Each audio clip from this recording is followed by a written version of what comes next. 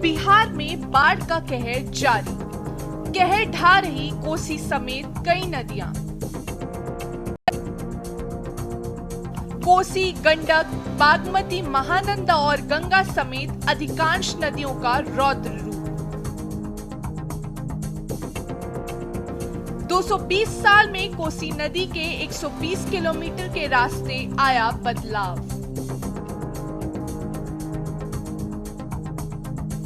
बाढ़ नियंत्रण के लिए बने प्लान होते गए फेल।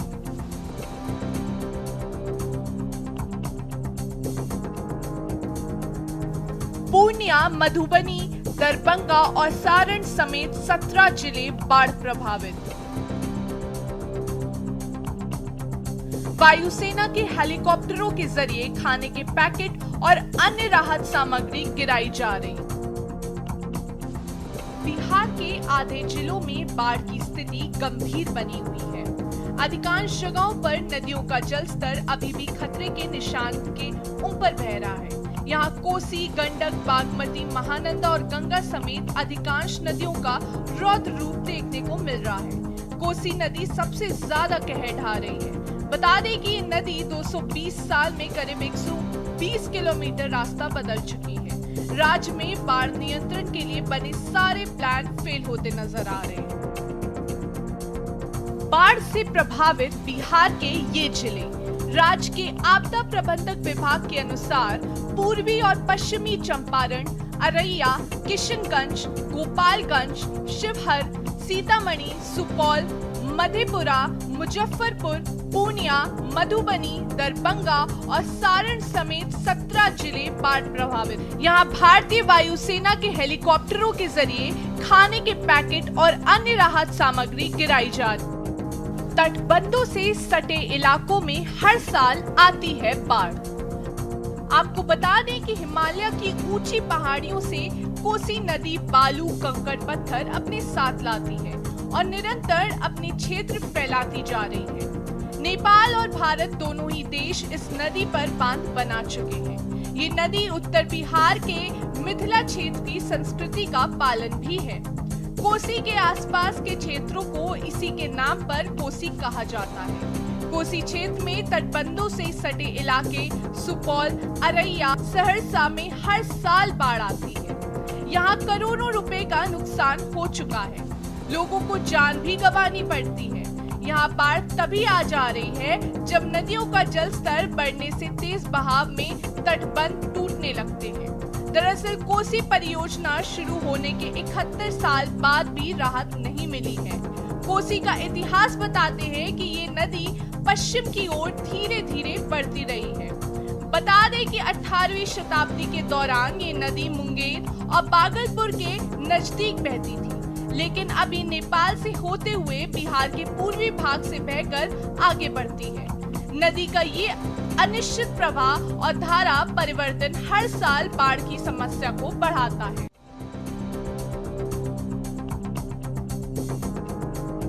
क्यों धारा बदलती है कोसी नदी?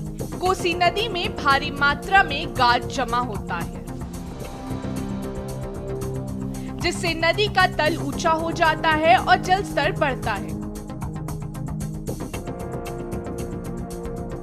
कोसी नदी का अधिकांश भाग नेपाल से होकर गुजरता है, इसीलिए भारत और नेपाल के बीच बाढ़ नियंत्रण के लिए समन्वय जरूरी है।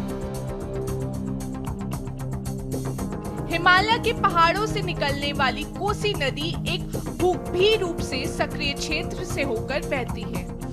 इस क्षेत्र में टेक्टोनिक प्लेटों की गतिविधियों के कारण जमीन का स्तर बदलता रहता है, जो नदी के बहाव को प्रभावित करता है। टेक्टोनिक प्लेटों के उठने और नीचे जाने से नदी की धारा बदल जाती है, जिससे बाढ़ की स्थिति पैदा होती है।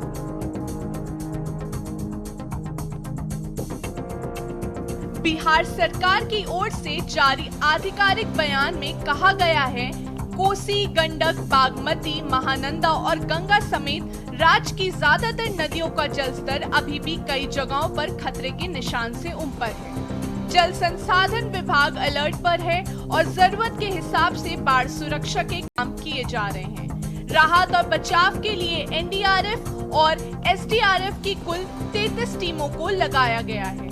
बाढ़ वाले इलाकों में करीब 975 नावें भी चल रही हैं। समस्याएं तो सर बहुत काफ़ी हो रही है। तमाम दुनिया भर का पानी हो गया है। यहाँ के लोग बहुत तबाह और बहुत परेशान हैं। यहाँ जानवरों के लिए बड़ी परेशानी है। घास फूस सब डूब गए हैं। काफ़ी दिक्कत का सामना करना पड़ रहा है सर। कैसे आ जा रहे हैं आप लोग?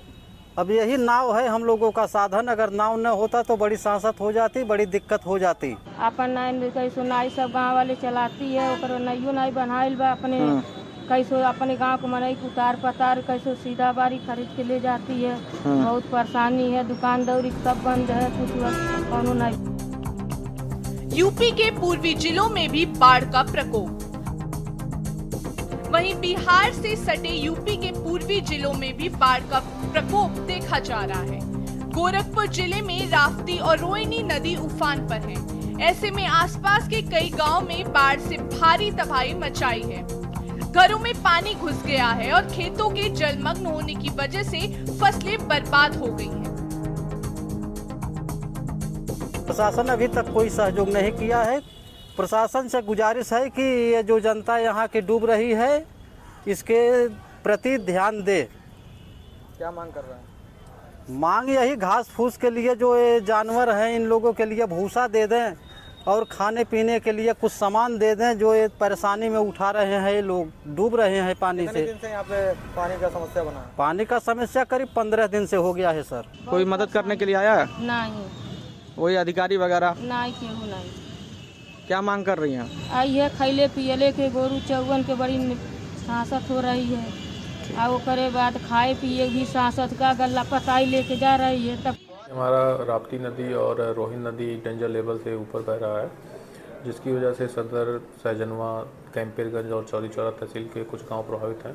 कुल मिला के टोटल 29 गांव जिले में अभी बाढ़ प्रभावित हैं और इन सभी गांवों में लोगों के सुरक्षित आवागमन के लिए कुल 85 नाव लगाई गई है और साथ ही इन सभी ग्रामीणों को राशन किट वितरण का भी हम लोग कार्रवाई प्रारंभ कर रहे हैं। ग्रामीणों का कहना है कि वे यातायात के लिए सिर्फ नाव पर ही निर्भर हैं और पशुओं के लिए चारा लाना भी मुश्किल हो गया है। ग्रामीण का आरोप है कि लगभग 15 दिनों से उनके गांव में बाढ़ आने के बावजूद उन्हें प्रशासन से कोई मदद नहीं मिली है। वहीं जिला प्रशासन के मुताबिक प्रभावित ग्रामीणों को नाव उपलब्ध कराई गई है और उन्हें स्थिति से निपटने में मदद के लिए राशन किट भी बांटी जा रही है। स्पेशल डेस्क के न्यूज़ इंडिया।